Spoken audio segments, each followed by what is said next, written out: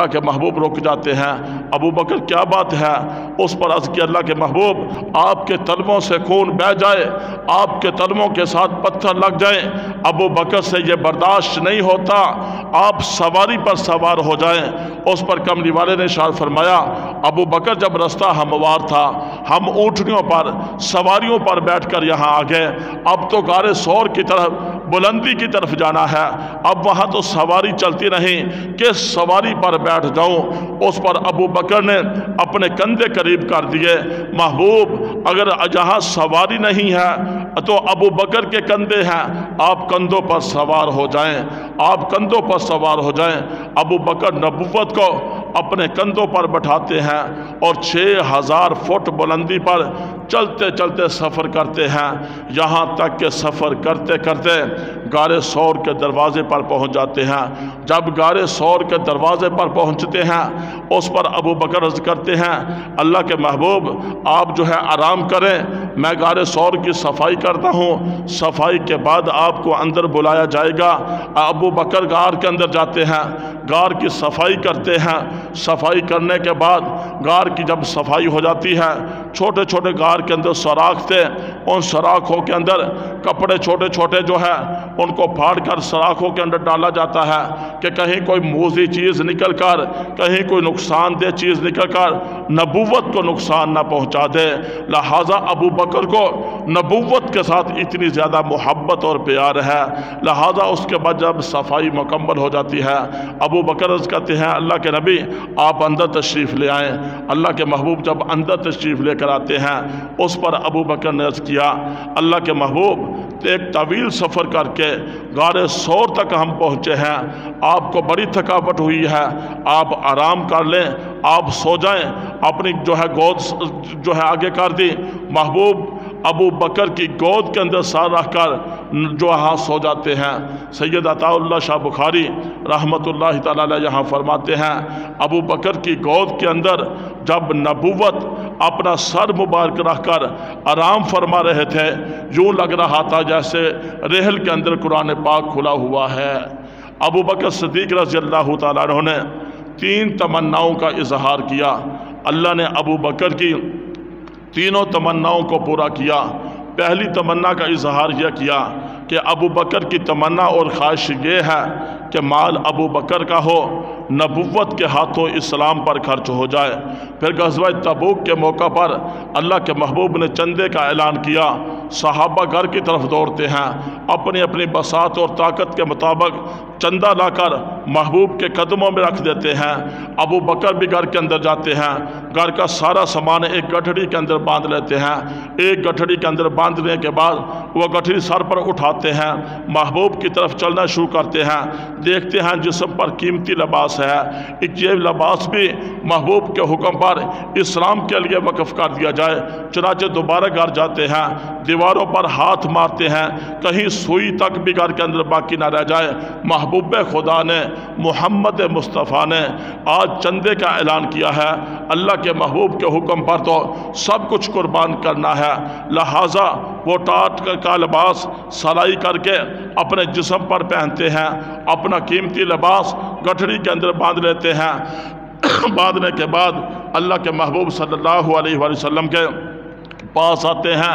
اللہ کے محبوب ارشاد فرماتے ہیں اے ابو بکر کیا گھر والوں کے لیے بھی کچھ چھوڑ کر آئے ہو؟ اس پر عرض کیا اللہ کے محبوب اللہ اور اس کے رسول کا نام گھر کے اندر چھوڑ کر آیا ہوں۔ آپ نے ارشاد فرمایا تھا جو کچھ ہے لے آؤ، ہمارے پاس جو کچھ بھی تھا ہم لے آئے ہیں۔ اس پر اللہ کے محبوب صلی اللہ علیہ وآلہ وسلم دیکھتے ہیں ابو بکر نے اسلام کے لیے، دین کے لیے اور میرے حکم پر لبیک کہتے ہوئے اتنا مال اللہ کے راستے میں دے دیا، اپنا سب کچھ قربان کر دیا۔ آسمان سے نوریوں کے سردار جبرائیل علیہ السلام آتے ہیں، اللہ کے محبوب دیکھتے ہیں جبرائیل کے جسم پر بھی ٹاٹ کا لباس ہے۔ اس پر محبوب خدا نے ارشاد فرمایا ابو بکر سے تو میں نے چندہ مانگا تھا، اس لیے ابو بکر نے ٹاٹ کا لباس پہنا۔ اے نوریوں کا سردار جبرائیل آج تو نے ٹاٹ کا لباس کیوں پہنا؟ उस पर जिब्राईल अलैहिस्सलातु वस्सलाम अर्ज़ करते हैं, अल्लाह के महबूब, अल्लाह तबारक व तआला को अबू बकर की ये अदा, अबू बकर का इस्लाम के लिए आपके हुक्म पर लब्बैक कहते हुए दीन इस्लाम के लिए अपना सब कुछ कुर्बान करना, जिस्म पर टाट का लिबास पहना, अपने कीमती लिबास को भी अल्लाह के रास्ते में दे देना। मेरे रब को अबू बकर की यह अदा इतनी पसंद आई है कि जिस वक़्त से ज़मीन पर अबू बकर ने टाट का लिबास पहना है, अल्लाह ने आसमान के फरिश्तों को हुक्म दिया है, आसमान के फरिश्तों तुम भी अबू बकर के तरीके पर चलते हुए आज टाट का लिबास पहन लो। ये पहली अबू बकर की ख्वाहिश थी, अल्लाह ने इस ख्वाहिश को पूरा कर दिया। अबू बकर की दूसरी ख्वाहिश और तमन्ना यह है, क्या ख्वाहिश है कि चेहरा नबूवत का हो, अबू बकर अपनी आंखों से तकता रहे। आज गारे सौर के अंदर 3 दिन और 3 रातें अबू बकर तन्हाई के अंदर महबूब के चेहरे को तकते जा रहे हैं, लुत्फ़ उठाते जा रहे हैं। ये बस ज़ुहा वाला चेहरा है, कायनात में इस जैसा कोई हसीन चेहरा नहीं, कायनात में सबसे ज़्यादा हुस्न व जमाल वाला चेहरा कमली वाले का चेहरा है। सारे नबी हसीन होते हैं, सारे नबी जमील होते हैं, सारे नबी खूबसूरत होते हैं, सारे नबी अरफ़ो आला होते हैं, अज़मतों और शानों वाले होते हैं। यूसुफ भी बड़े हसीन थे, जिसको हसीनों का सरदार कहा जाता है, लेकिन एक यूसुफ से भी ज़्यादा हसीन है जिसको कायनात का सरदार कहा जाता है। यूसुफ को देखने वालियों ने अपने हाथों की उंगलियों को कटवा डाला था, लेकिन उनको तकलीफ महसूस ना हुई थी।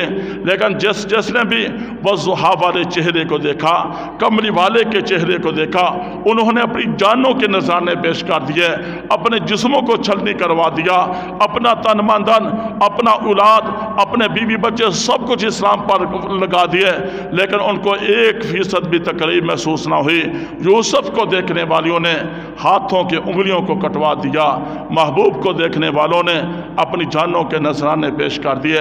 ये दूसरी तमन्ना और ख्वाहिश थी कि चेहरा नबूवत का हो। अबू बकर अपनी आंखों से उस चेहरे को तकता रहे, देखता रहे। 3 दिन 3 रात तक गारे सौर के अंदर अबू बकर भी रहे, सारी कायनात के सरदार भी रहे। अबू बकर गारे सौर के अंदर बैठे हुए हैं। एक सराख है, जिस सराख के ऊपर अबू बकर ने अपनी एड़ी रखी हुई है। गारे सौर के अंदर जितने भी सराख थे, अबू बकर के पास जो कपड़ा था उसके छोटे छोटे पीस किए, टुकड़े किए, सराखों के अंदर डाल दिए कि कहीं कोई ख़तरनाक चीज़ निकल कर नबूवत को और अल्लाह की अमानत को और सारी कायनात के सरदार को कोई नुकसान ना पहुंचा दे। अबू बकर की मोहब्बत का अजीब ही अंदाज है। एक सुराख बाकी बचा, अब कपड़ा भी ख़त्म हो गया। अबू बकर अपनी एड़ी को उसके ऊपर रख लेते हैं कि एड़ी को ऊपर रख लेते हैं, डर इस बात का है कि ख़तरनाक चीज़ निकल कर नबूवत को नुकसान ना पहुंचा दे। पीछे दुश्मन लगा हुआ है।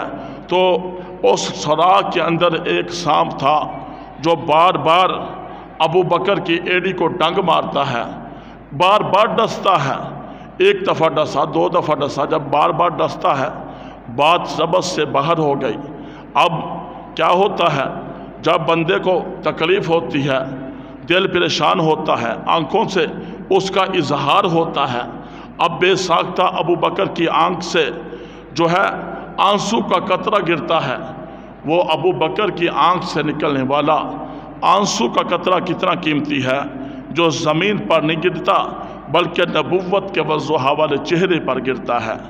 अल्लाह के महबूब सल्लल्लाहु अलैहि वसल्लम के नबूवत वाले चेहरे पर जब अबू बकर की आँख से निकलने वाला आंसू का कतरा गिरता है, अल्लाह के महबूब बेदार होते हैं, पूछते हैं अबू बकर ये रोना कैसा, ये आँखों से आंसू बहाना कैसा।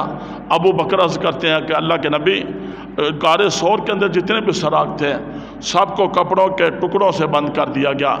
एक सराख बाकी बचा, उसके ऊपर मैंने अपनी एड़ी को रख लिया और उसके अंदर सांप है जो बार बार डंग मार रहा है। उसकी वजह से, बेसाख्ता तकलीफ़ की वजह से आँख से आंसू का कतरा गिर गया। वाह अबू बकर, तेरी आँख से निकलने वाले आंसू के कतरे की इतनी कीमत है कि वो गिरता है नबुव्वत के वज़ुहा वाले चेहरे पर गिरता है। एक और कतरा भी गिरा सैयदना उस्मान गनी रज़ी अल्लाह ताला अन्हु को जिस वक़्त शहीद किया गया, उनकी ज़बान पर कुरान पाक की ये आयत थी, फ़सयकफ़ीकहुमुल्लाह, मेरे लिए मेरा अल्लाह ही काफ़ी है। और कुछ जो है खून का फवारा फूटता है, खून के कतरे कुरान पाक के औराक पर गिरते हैं। कल क़यामत वाले दिन बंदा जिस हालत में जाता है उसी हालत में उठाया जाता है।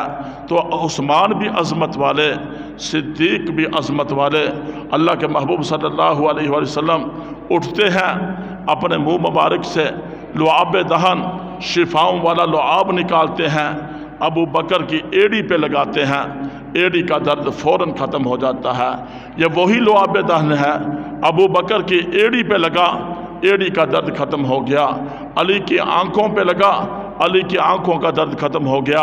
जाबर की हंडिया के अंदर गया, कई सहाबा ने खाना खा लिया, खाना फिर